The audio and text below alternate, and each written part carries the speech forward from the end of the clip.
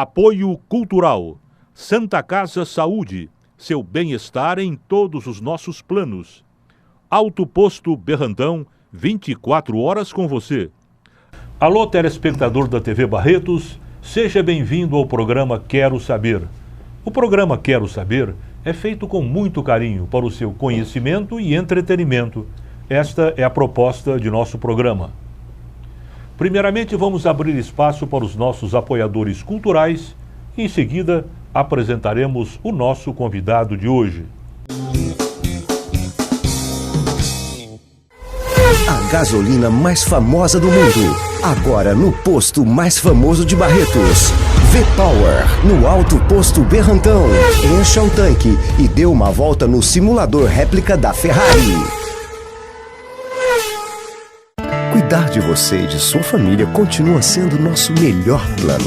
Um convênio que tornou-se referência regional em qualidade e humanização. Pronto atendimento 24 horas, farmácia própria, odontologia, reabilitação, entretenimento e um corpo clínico de excelência. Um novo estilo de vida, proteção e tranquilidade a serviço do seu bem-estar. Santa Casa Saúde, seu bem-estar em todos os nossos planos. Hoje nós temos o imenso prazer de trazer ao programa Quero Saber um ex-vereador de 5 legislaturas, se não me engano, não sei se é 5 ou 6, mas se não me falha a memória, são 5 legislaturas. Muito importante isso.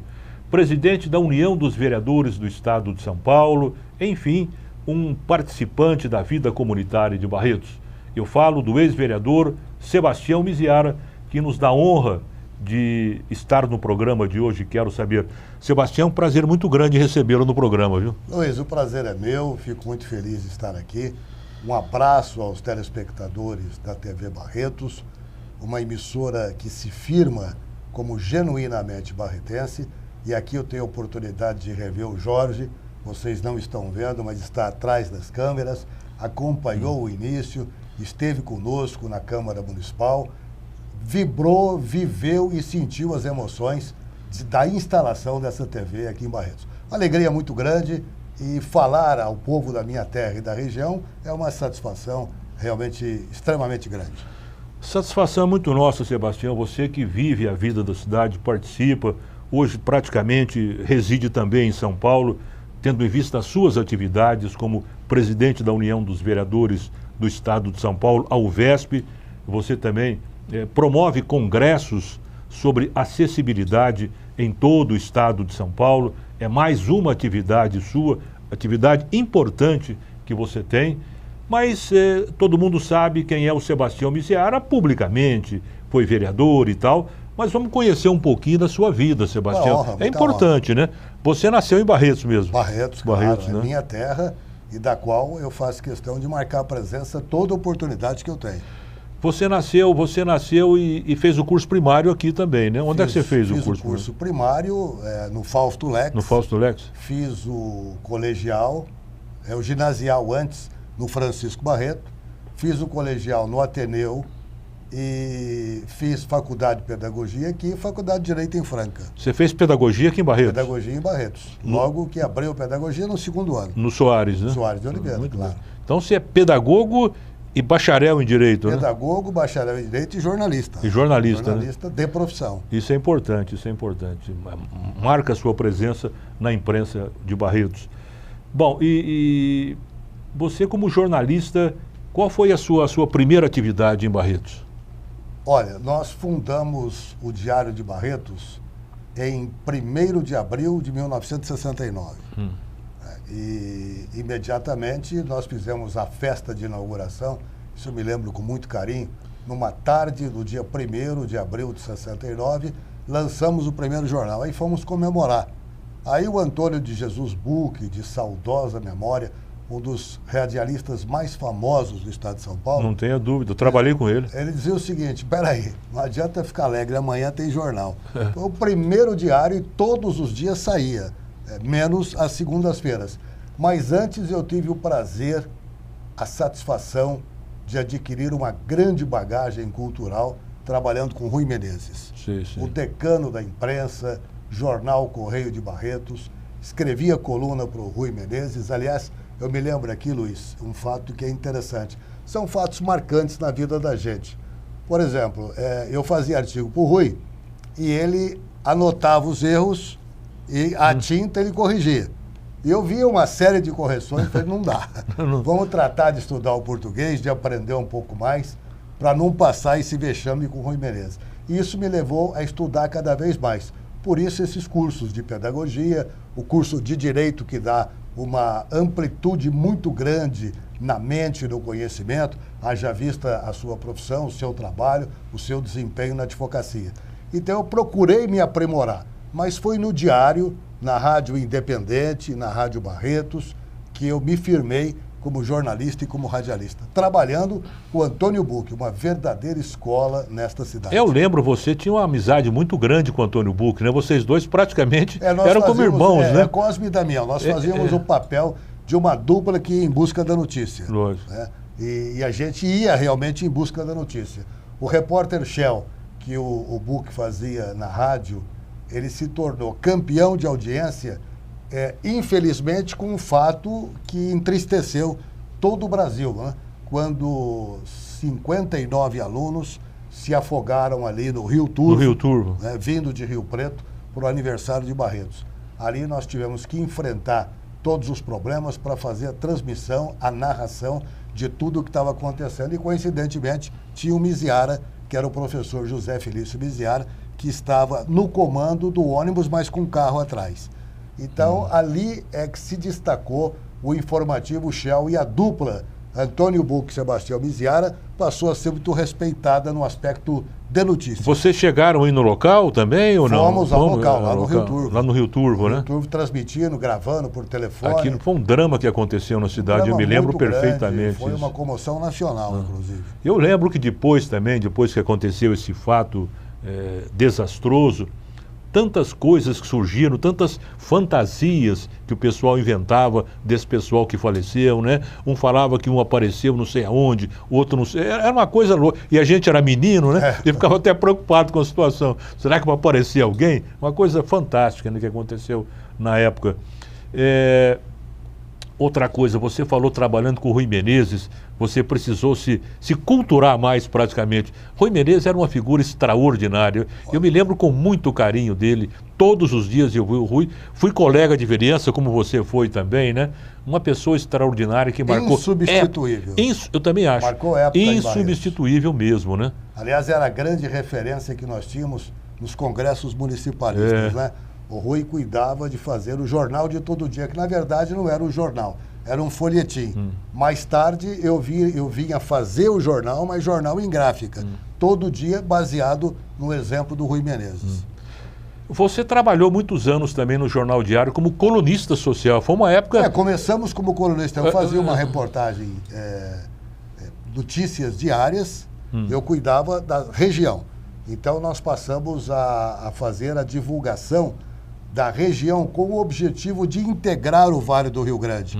Foi quando, por sugestão do Monteiro Filho, que é outra referência nacional não tenho dúvida, que nós temos em Barretos, criou-se a ANVARIG, Associação dos Municípios do Vale do Rio Grande, que foi fundado na casa da Dona Inês, ali na Rua 30, que hoje é do Monteiro Neto, que cede para o Hospital do Câncer. Ali se criou a Associação dos Municípios do Vale do Rio Grande, a ANVARIG. E nós íamos todo dia. Eu sou testemunha viva da inauguração da Faculdade de Ciências e Letras de Bebedouro. Eu tenho a minha marca, o jornal O Diário, na Pedra Fundamental. Lá em Bebedouro. Eu acompanhei ao vivo a canalização do córrego de Olímpia, na administração Wilken Manuel Neves. Acompanhei todo o trabalho do Valdemar Chubassi para termos a usina de Volta Redonda. Enfim, o Diário me fez viver momentos históricos e realmente marcantes na vida de Barretos. Teve alguma reportagem dessas que você fazia no Jornal Diário que te emocionou bastante? Uma reportagem importante que marcou a sua presença no Jornal Diário? Eu vou te citar no rádio. O Antônio Buch, ele, repito aqui, ele era paquerado pela antiga Rádio Tupi, Rádio Bandeirantes. Ele nunca quis sair de Barretos por conta da mãe dele. Ele era filho único e a filha Cida e ele filho único. E ele nunca quis sair de Barretos. Mas ele tinha um pequeno problema, ele não podia ver sangue, que ele sentia mal. Ou cheiro de éter, ele sentia mal. Barretos teve grandes profissionais na medicina. Seu pai foi um, Dr. Lutfala Miziara. Nós tivemos aqui o Erdonvei Batista, tivemos o Orlando Dr. Paraçu, o Luiz Espina, Paraçu, profissionais de destaque. Muito antes de se falar em cirurgia cardíaca, na Santa Casa, o Dr. Batista recebeu um funcionário do frigorífico Ângulo que, numa briga, levou uma chave de fenda no coração. Dr. Batista foi operar. Eu e o Buc fomos lá. O Buc não aguentou o cheiro de éter, desmaiou. Eu fui para dentro da sala de cirurgia. Não se falava em transplante de coração, não se falava em cirurgia cardíaca. Dr. Batista deu os pontos de acordo com o batimento do coração. Uma figura excepcional, um médico da maior qualidade. Este fato me emocionou e marcou profundamente o nosso trabalho como repórter. A cirurgia do Dr. Batista numa pessoa que havia, numa briga, levado uma chave de fenda no coração. Ele operou na Santa Casa em estado de extrema urgência. Muito tempo depois é que Euríclides de Jesus Erbini fez o primeiro transplante de coração. Até então, Dr. Batista, cirurgia, anestesista e o repórter acompanhando. Ué, essa reportagem não ficou nacional, a reportagem a nível nacional ou não? Ô Luiz, eu tenho impressão que sim, eu tenho impressão que aqui tinha um correspondente do jornal Estado de São Paulo, da Folha. Eu acho que isso aí está nos anais. Se não de jornal, pelo menos de rádio. Vamos falar um pouquinho sobre a sua vida de colunista no jornal, colunista social no Jornal Diário. Você participou e apresentou e promoveu também a rainha da festa do peão de boiadeiro muito tempo, né, Sebastião? Ela nasceu de uma reunião minha, do Monteiro e do Daniel Bampa Neto. A escolha da rainha da festa era feita pelos independentes de uma forma assim muito petit comité. Intimamente, os independentes eles escolhiam a rainha, né? Escolhiam a rainha.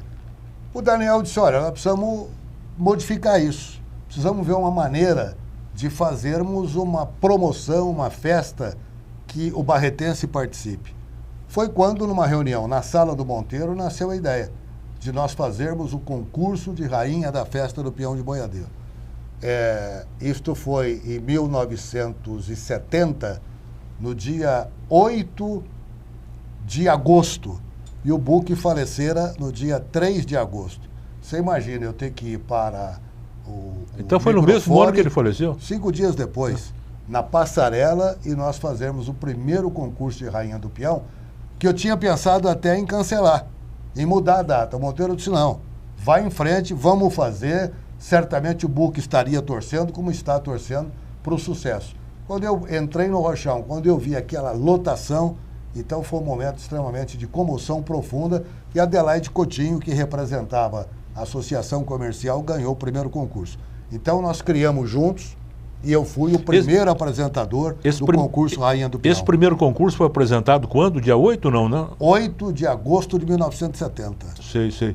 Mas já estava programado bem antes do Buc falecer, né? Sim, estava programado uns 3, 4 meses antes. Sei. Aí, a apresentação que seria no dia 8, né? Sim, levar o público até o Rochão no dia 8. Né? E deu sucesso absoluto. Lotação. Aí, com a amizade que nós tínhamos de fora, nós trouxemos vários jornalistas, teleartistas que faziam telenovela da Rádio Tupi. Trouxemos, botamos um júri do mais alto quilate e o público lotando o ginásio municipal de esportes. Vamos falar sobre esse concurso mais um pouquinho no próximo bloco. Vamos agora abrir um pequeno intervalo para os nossos apoiadores culturais. Em seguida, voltamos a apresentar o programa Quero Saber, hoje trazendo o ex-vereador e atual presidente da União dos Vereadores do Estado de São Paulo, Sebastião Miziara.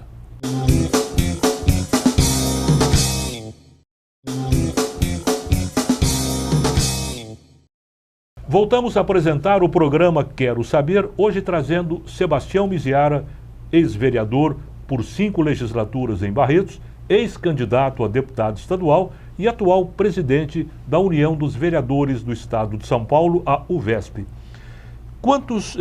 No bloco anterior estávamos falando sobre os concursos para a Rainha da Festa do Pinhão de Boiadeiro. Quantos concursos você organizou e apresentou, participou? 70 o concurso de Rainha da Festa, 71 Rainha da Festa, 72 Rainha da Festa e Miss Barretos, aí eu parei. Depois, 74 em diante, foi conduzido pelos próprios independentes. Porque é o seguinte, Luiz, todo evento que você depende de público, ele tem o tempo de início e de maturação e de fim. No terceiro evento, eu já precisei usar do sistema de palmômetro para contagem de pontos, porque era uma maneira de arrastar público para o rochão. Então, o palmômetro era ponto, né? Era medido o volume de palmas, contava ponto para uma determinada candidata. Então, nós fizemos 3 concursos, né? E estes concursos, nós fomos pessoalmente com rainha, princesas, diretores dos independentes, a todos os programas de televisão em São Paulo, de auditório. Porque na época você precisava injetar divulgação para que a festa ganhasse público. Hoje não. Hoje ela se realiza sozinha, hoje ela é reconhecida internacionalmente, pouca divulgação é necessária porque ela por si só se divulga. Nessa época nós fomos ao Chacrinha, nós fomos aos programas da Tupi, Bolinha, Barros de Alencar, todos os programas de auditório nós fomos com a rainha e princesas da festa para a divulgação desse nosso evento. Eu acho que até hoje a rainha também viaja, né? A Rainha da Festa do Peão viaja para divulgar a festa, que né? Hoje eles fazem um lançamento em São Paulo, né? Sim. Aí a mídia vai e divulga a festa. A festa, em verdade, ela é aguardada a todo momento. É lógico, né? lógico. Quem sai do último dia de agosto da festa já vai pensando na volta, já agenda para voltar aqui em agosto. A festa hoje em dia é monstruosa, né? Ela é uma internacional. É uma a gente vai em outras cidades, você vê as pessoas... Esse ano eu vou na Festa do Peão, esse ano eu vou... Então, ela por si só já é uma propaganda muito grande, né? Não tem a menor dúvida. Então, todos esses eventos... E depois eu fiz outros eventos no Grêmio, né? Então, como colunista social, o que é que você fez a mais? Pois foram vários eventos. Eu trouxe para cá a Costa Cruzeiro para fazer uma espécie de festa a bordo para que os associados do Grêmio conhecessem o que era um cruzeiro. Trouxemos aqui a Florianópolis, né, que era Bela e Santa Catarina, que eles faziam divulgação do seu estado pelo Brasil todo. Criamos evento trazendo aqui toda a diretoria do Ilha Porchat, a Ilô Pinheiro no auge da presença dela. Eu fiz um evento quando o Chiquito Costa era presidente do Sindicato Rural, coube a mim e ao Ambrósio Alves de Souza, um grande amigo, fazer a realização dos shows na exposição de gado. Então, durante o dia era negócios, exibição de gado, venda e compra, e à noite show. Numa só noite nós trouxemos, no auge deles, Valdir Soriano para cantar lá no recinto e Martinho da Vila para cantar no Grêmio. Nos dois, quem não tinha entrado até meia hora depois não entrava mais. Super lotado. Foram grandes eventos que nós fizemos aqui. Por isso que eu digo, Luiz, quando falam que há eventos que não vai público, eu não posso dizer isso de Barretos. Não existe um evento que eu tenha feito ao longo do meu trabalho aqui de jornalista que não tenha dado público recorde. A começar a Festa do Peão, Miss Barretos, esses eventos da exposição de gado, o Chiquito era presidente do Grêmio e presidente do Sindicato Rural, o que facilitava a interação dos dois clubes no evento. Então vinha pessoas de toda a região. Você trouxe também uma famosa, não estilista, ela é de boas maneiras, professora de boas maneiras, né? Eu lembro disso. Como é que chamava? Parece que era meio japonês. Cristine Yufon. Isso, Yufon, Cristine Yufon. É japonesa. É japonesa, eu lembro aula disso. De boas maneiras. Boas maneiras, né? Que é o que precisa hoje ser feito, inclusive nas escolas. Aulas de boa maneira. Na verdade, fizemos grandes promoções.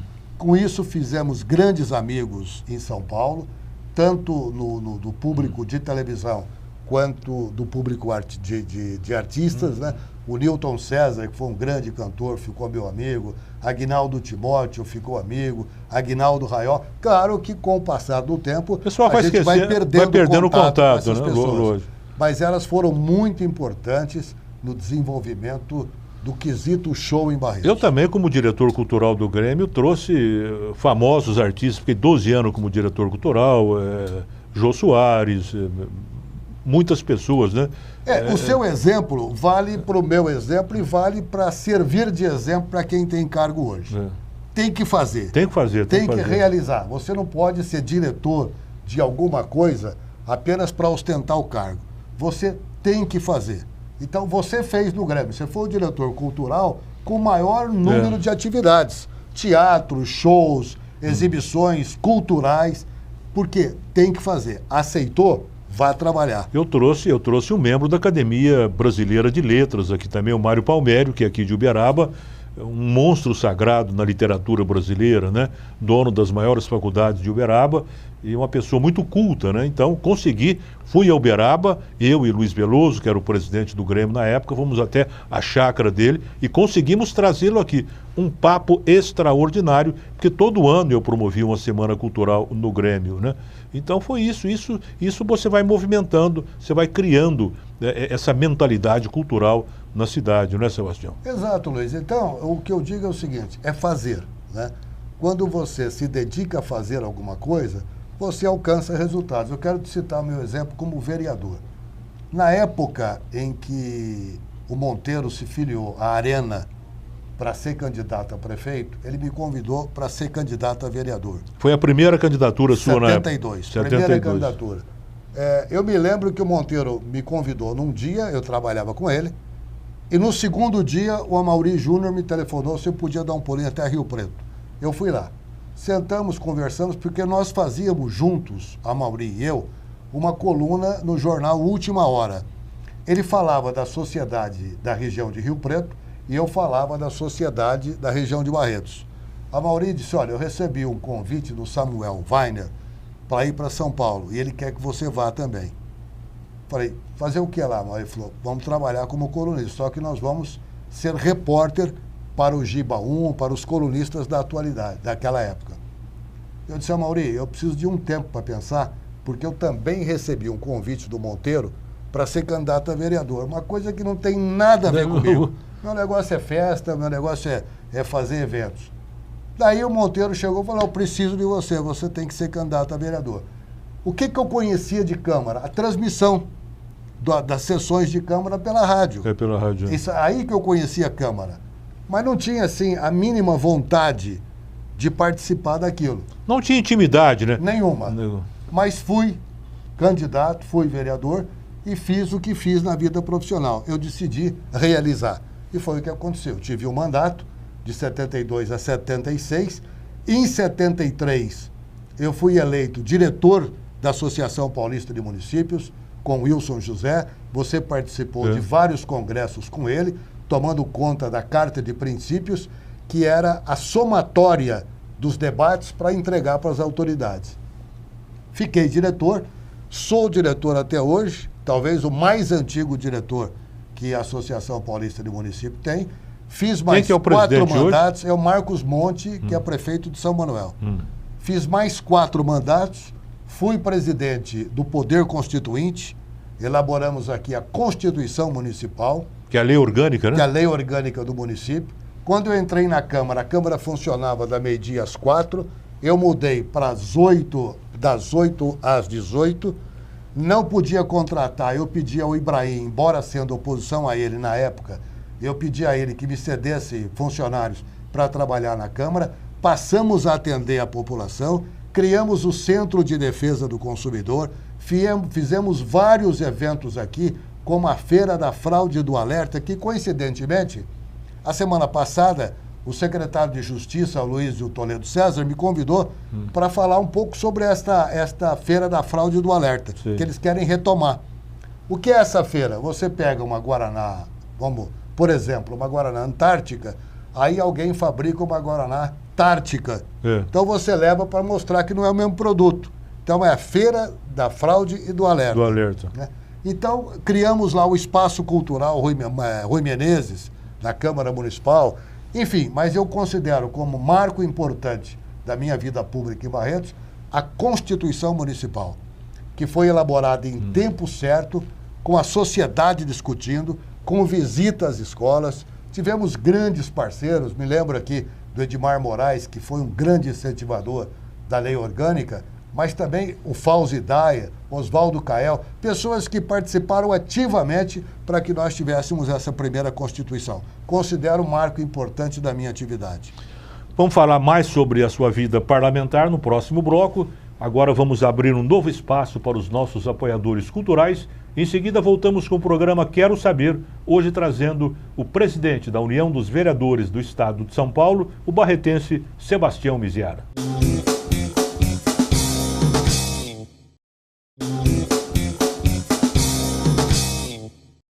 Voltamos a apresentar o programa Quero Saber, hoje trazendo o ex-vereador e presidente da União dos Vereadores do Estado de São Paulo, Sebastião Miziara, que vem ao programa Quero Saber contar toda a sua vida parlamentar, toda a sua atividade como jornalista.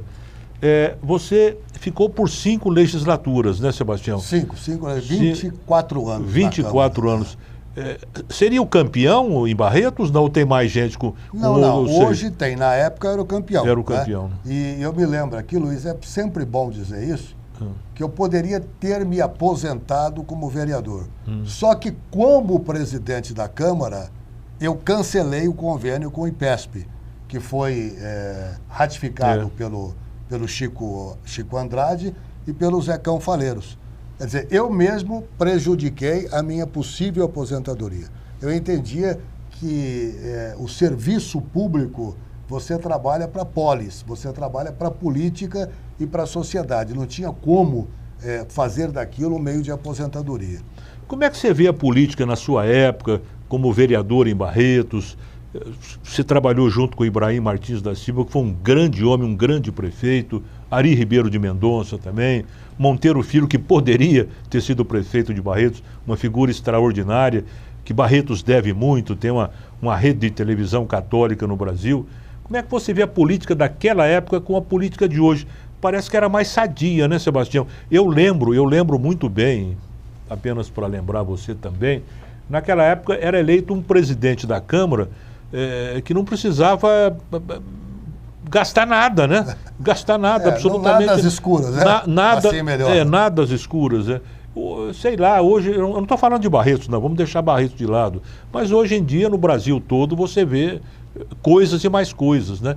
É diferente aquela política de hoje? Luiz, fazia-se com mais amor naquela época? É muito diferente, né? Você pega o período que eu acho que é o grande divisor, exatamente o período da lei orgânica do município, da nova Constituição e da Constituição do Estado. É aquilo que Ulisses Guimarães ele proclamou como Constituição Cidadã. O município, que até então não era ente federado, passou a ser ente federado. Então, antes de 88, era um outro tipo de política, até porque você não tinha a força que o Ministério Público tem hoje, você não tinha a lei de responsabilidade fiscal, você tinha um Tribunal de Contas um pouco mais orientativo do que punitivo, então era muito mais fácil fazer política. Mas, paradoxalmente, era a época em que não se trocava benesses. Você foi presidente da Câmara por decisão da bancada. Eu fui presidente da Câmara por decisão da bancada e com apoio de adversário político, mas que entendia que eu era o mais apto a assumir a presidência da Câmara. Eu vou citar o meu exemplo. O seu, eu conheço, todo mundo sabe, você não indicou ninguém para ajudar, para formar a administração do... Você pegou o Mélix presidência na administração do Mélix. Nunca indiquei ninguém. Eu peguei prefeitos, o Ibrahim Martins da Silva, Mélix Zaiden Geraige, Ari Ribeiro de Mendonça, o Web Rezec, Nelson James, enfim, peguei vários prefeitos. Eu estou fazendo um desafio. Se algum desses pode dizer que eu indiquei quem quer que seja para trabalhar na prefeitura. Nunca indiquei um secretário municipal, nunca indiquei um diretor, nem alguém que pudesse ser contratado. Eu exerci o meu papel de poder fiscalizador. A função do Poder Legislativo era fiscalizar. Para fazer isso, você não podia ter nenhum tipo de intimidade, de relacionamento empregatício com o prefeito municipal. eu fui eleito presidente da Câmara em oposição ao Ibrahim. Mas no decorrer do processo, o que eu senti?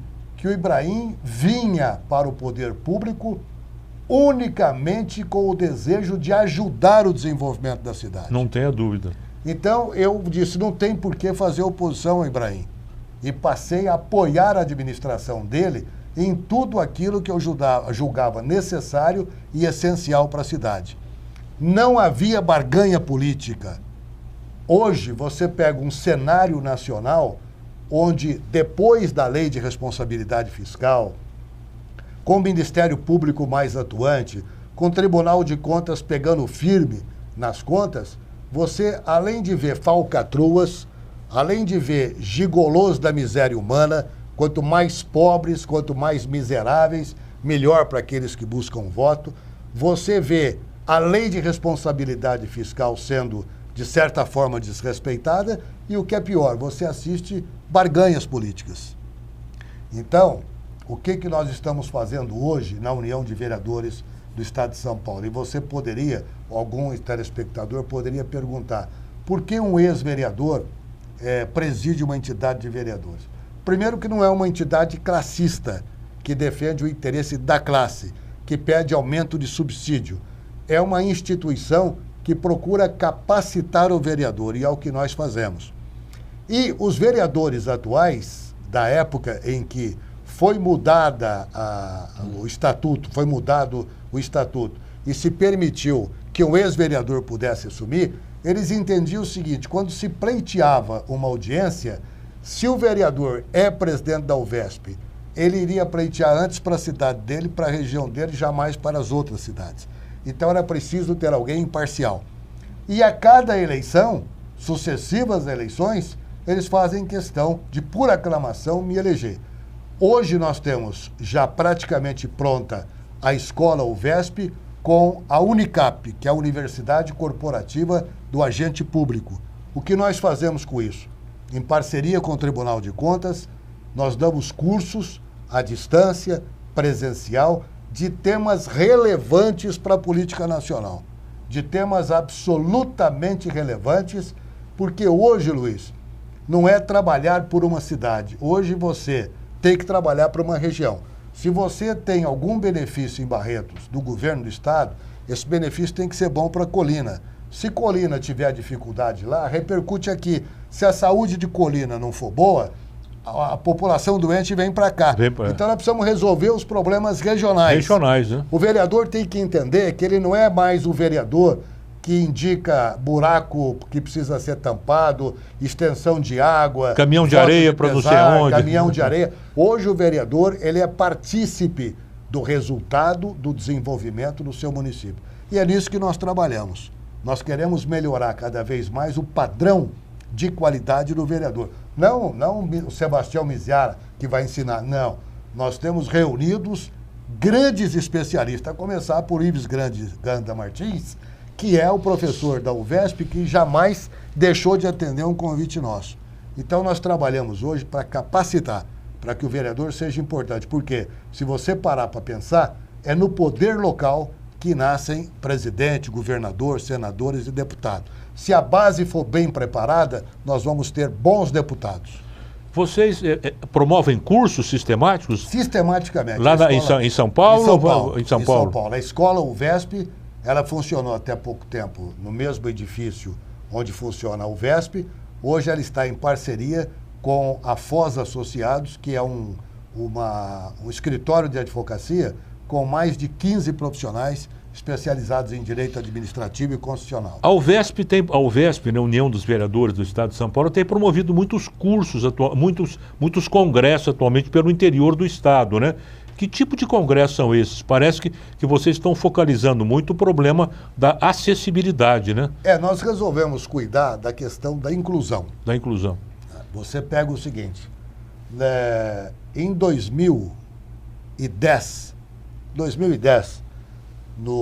na pesquisa do IBGE, o Brasil tinha 23 milhões de pessoas com deficiência. Em 2009 e 2010.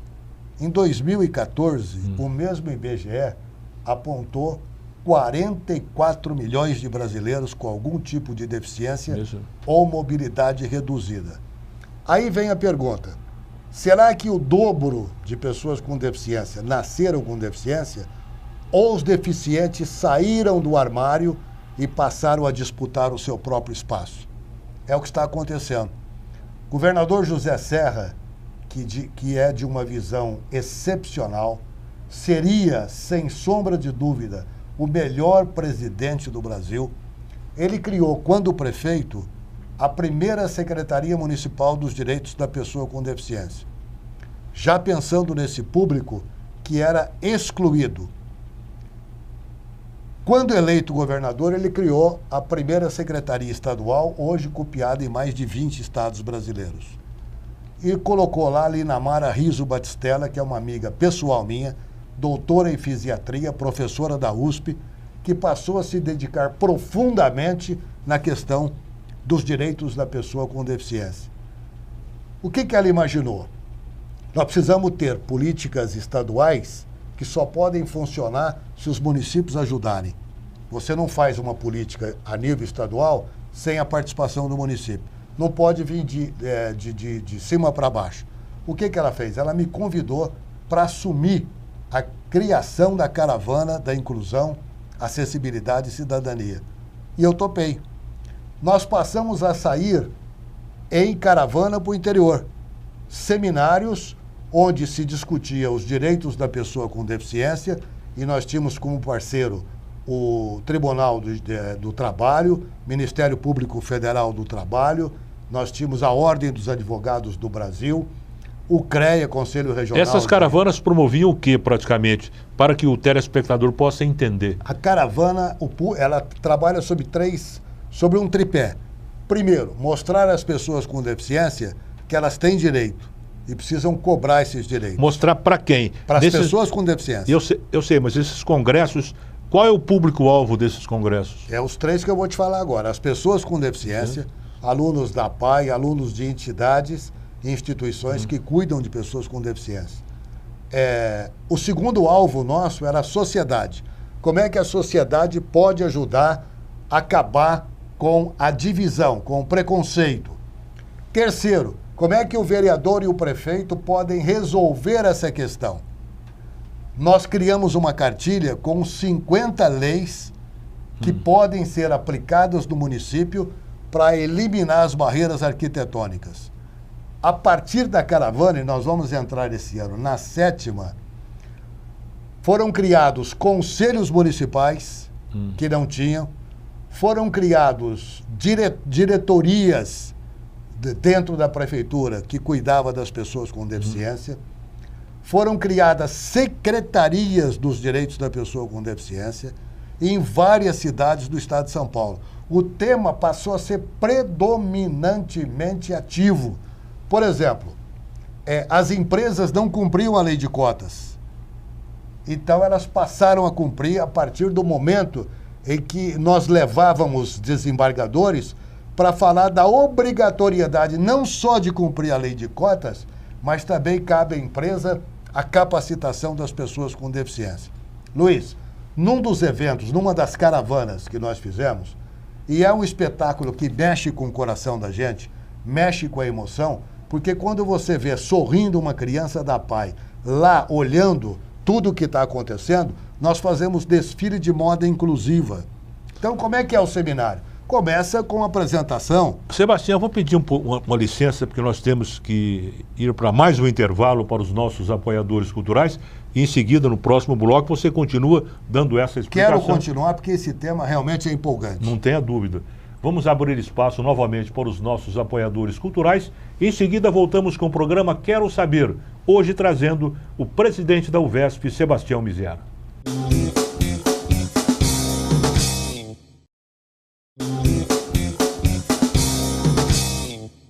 Voltamos a apresentar o programa Quero Saber, hoje trazendo Sebastião Miziara, presidente da UVESP. Sebastião, você estava empolgado no bloco passado, falando sobre esses congressos que vocês promovem sobre inclusão, sobre acessibilidade. Você estava falando sobre o público-alvo, como é que a UVESP leva esses pensamentos, essa ideologia a todo esse público? Luiz, com a caravana, nós passamos a ter, inclusive, fabricantes de roupas especiais para as pessoas com deficiência. Como é que nós abrimos o seminário? Nós abrimos o seminário com um desfile de moda inclusiva. Aproveitamos os alunos da PAI da cidade que usam as roupas e desfilam, sem comercial nenhum para a empresa, mas para mostrar que as pessoas com deficiência também podem escolher a sua roupa, podem fazer o seu próprio traje.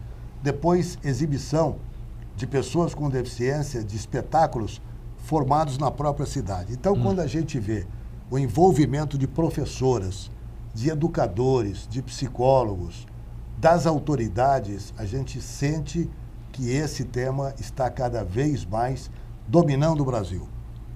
Eu tive, o ano passado, um convite do governador Beto Richa para ir ao Paraná e fui para conversar com a esposa dele para a gente orientar como é que ele poderia fazer isso no Paraná. O Rio de Janeiro já está copiando o modelo. Minas já copiou o modelo. Nós percorremos já 70 regiões, 70 municípios que compõem regiões administrativas. Vamos agora, esse ano, como é um ano eleitoral, nós vamos fazer mais 8 caravanas. Até o ano passado, fizemos 14 caravanas. E, Luiz, o que a gente aprende? Como é que a sociedade pode participar? Falamos das pessoas com deficiência.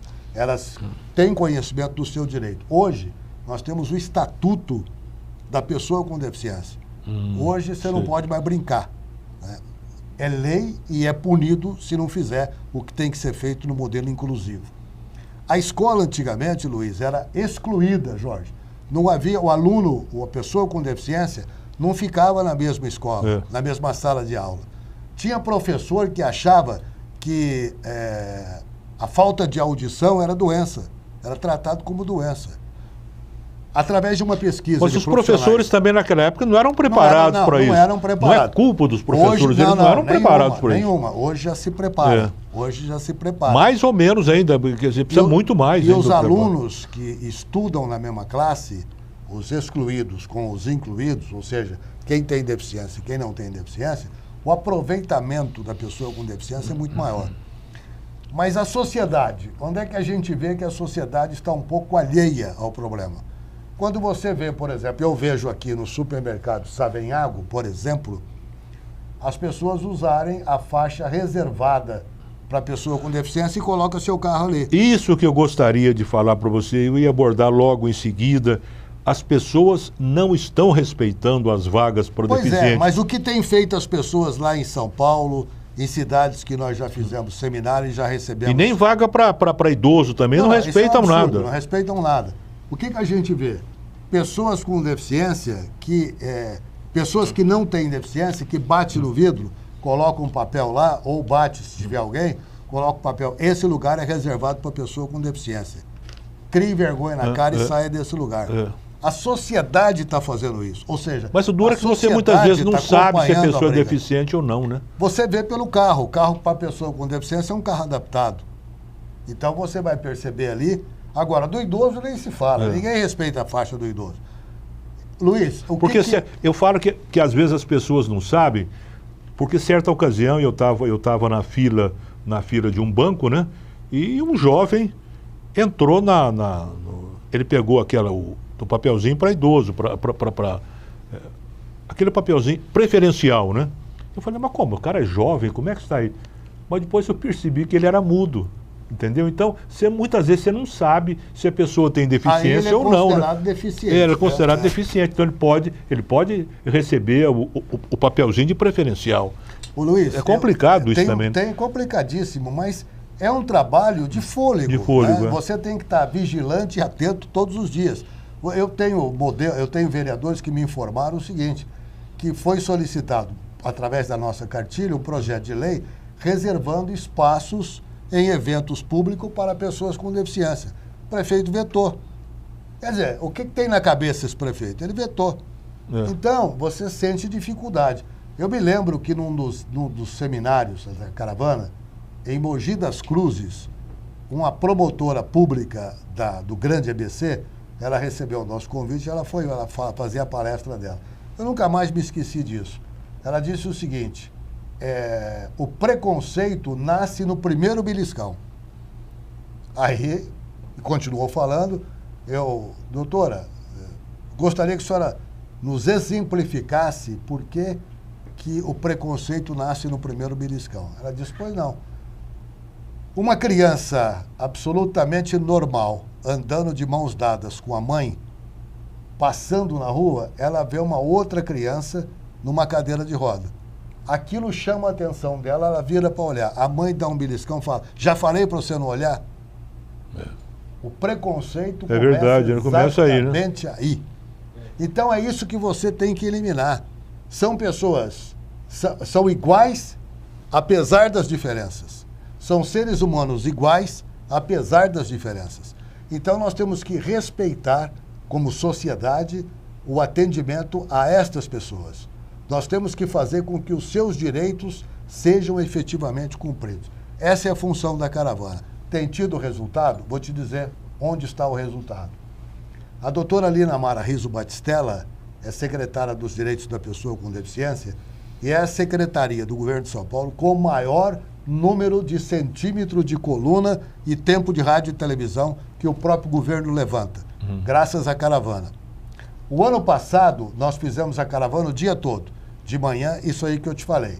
Desfile de moda inclusiva, apresentação...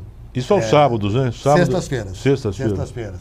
E apresentação do PADEF, que é um programa de atendimento ao emprego às pessoas com deficiência. A diretora do PADEP vai 2 dias antes na cidade que nós vamos e começa a coletar vaga nas empresas. As vagas são preenchidas, carteira profissional emitida no próprio seminário. Então, o ano passado, o que nós fizemos? Foi criada em São Paulo a primeira delegacia de proteção à pessoa com deficiência. O que nós fizemos? É a primeira delegacia, alguns delegados estão sendo orientados, instruídos, escrivães aprendendo a tratar com essas pessoas e o modelo começou a reverberar. Levantamos na Secretaria de Segurança Pública o índice de agressão. Estonteante, Luiz, estonteante. Você pega uma cidade como Bauru, 120, 125 casos de agressão quando levados à delegacia. Agressão contra pessoas com deficiência. Sim. E pasme, você, o Jorge e os telespectadores, as agressões dentro da própria casa. Da própria casa, né? Elas são agredidas, violentamente agredidas. Então, qual é o nosso papel? Pedir ao vizinho que, ao assistir uma agressão dessa, denunciar na delegacia de polícia. Fizemos a caravana.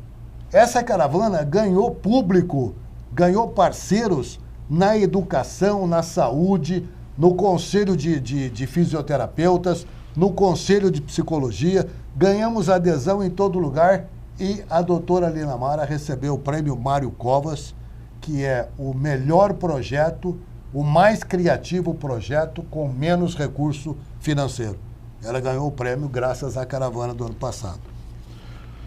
Sebastião, vamos mudar um pouquinho o rumo da prosa? Vamos sim. Vamos falar um pouquinho de política agora. O que você está achando da Lava Jato? O que você está achando desse momento político com tanta corrupção?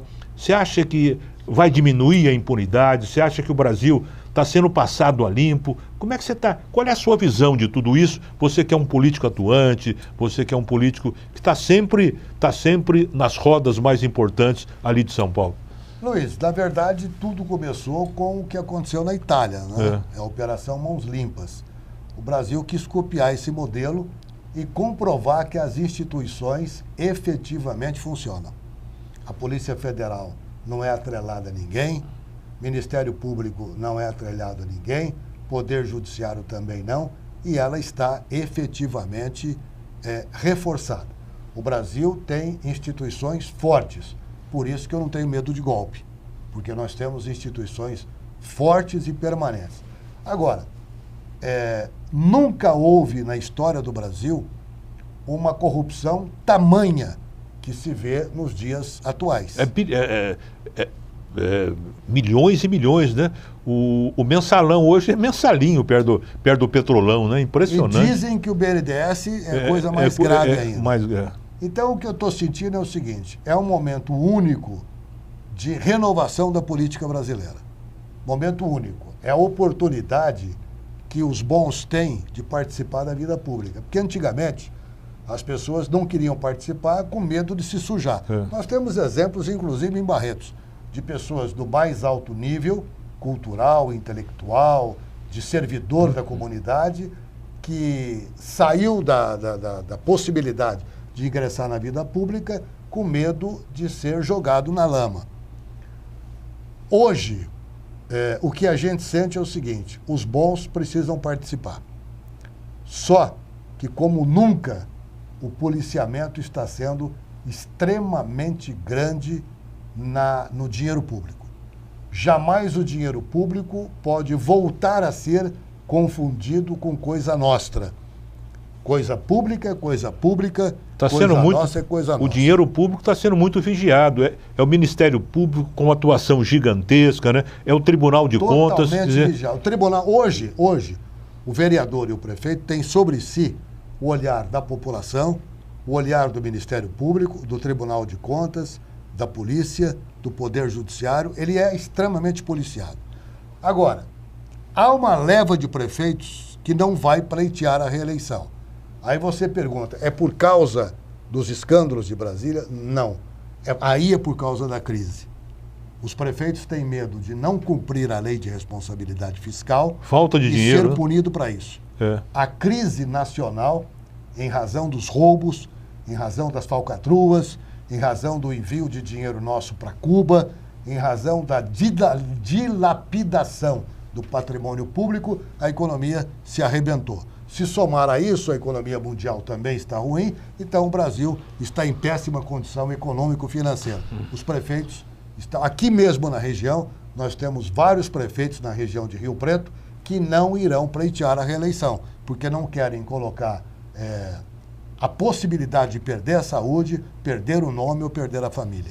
Sebastião, a mídia se ocupa muito, a população também, com respeito a essa possibilidade da diminuição da maioridade penal de 18 para 16 anos, porque os menores estão cometendo crimes violentos e a população, se você fizer uma pesquisa, 90% da população aceita a diminuição. Você, como um formador de opinião, o que você acha disso? Na sua opinião, deve-se abaixar para 16? Claro, é inegável, é inegável. Hoje é uma comoção nacional, né? Você vê o seguinte, esses dias atrás, um vereador de São Paulo, ele foi chegando na sua casa no Jardim Bonfioli, ele foi rendido por bandidos, entrou dentro da casa, ele e o filho mataram 2 bandidos. Mataram. Parece que foi agora essa semana, esta semana, você pega a rede social, é só gente cumprimentando. Então, a população está revoltada. A população não aceita mais ter medo, não aceita mais ficar prisioneira dentro da sua própria casa. É isso que está deixando a população aflita, né? Ela é amedrontada, correndo o risco de ser assaltado nas cidades grandes. E isso é o seguinte, à medida que você aperta em São Paulo, o crime, ele interioriza. É verdade. O ladrão, o bandido, ele sai da capital e vem para o interior. Vem para o interior. Então é um problema, é um efeito cascata que todos nós precisamos ficar atentos. Sebastião, nosso tempo está curto. Rapidamente, qual é essa pessoa na história que, na sua opinião, transformou o mundo, que você se curvaria em reverência? Rapidamente. Mundialmente, Mahatma Gandhi. Né? Mahatma Gandhi, através do bem e da paz, criando a cultura da paz, ele fez com que pessoas que se divergem conversassem, sentassem à mesma mesa para debater os seus pontos de vista e não brigarem por um ou por outro. Ele instruiu a população indiana, e isso repercutiu para o mundo todo pela cultura da paz. Mahatma Gandhi, eu tiraria, sem dúvida, o chapéu, me curvaria por ele. Sebastião Miziara, muito obrigado pela sua participação no programa. Foi um belo programa, tenho certeza absoluta. Fiquei muito satisfeito. Obrigado, viu? Eu que agradeço você, Luiz Miziara, meu primo querido, o telespectador de Barreto e região. Fiquei muito feliz em rever o Jorge. Aqui eu vim para ajudar a instalar essa emissora. Voltei em algumas ocasiões, vi debates políticos, mas volto agora depois de muito tempo e volto assim com o coração realmente emocionado, porque essa emissora hoje é motivo de orgulho de Barretos. Isso que é importante. Nós temos vários motivos de orgulho. Isso. temos a Festa do Peão, o Hospital do Câncer, mas temos também a nossa TV aberta. Muito obrigado a todos. Muito obrigado por isso, Sebastião. E vamos, finalmente, todo final de programa, nós sempre declamamos uma poesia e hoje chama O Moço, de Moacir José Sacramento. Não me perguntem quantos anos tenho, e sim quantas cartas de amor mandei e recebi.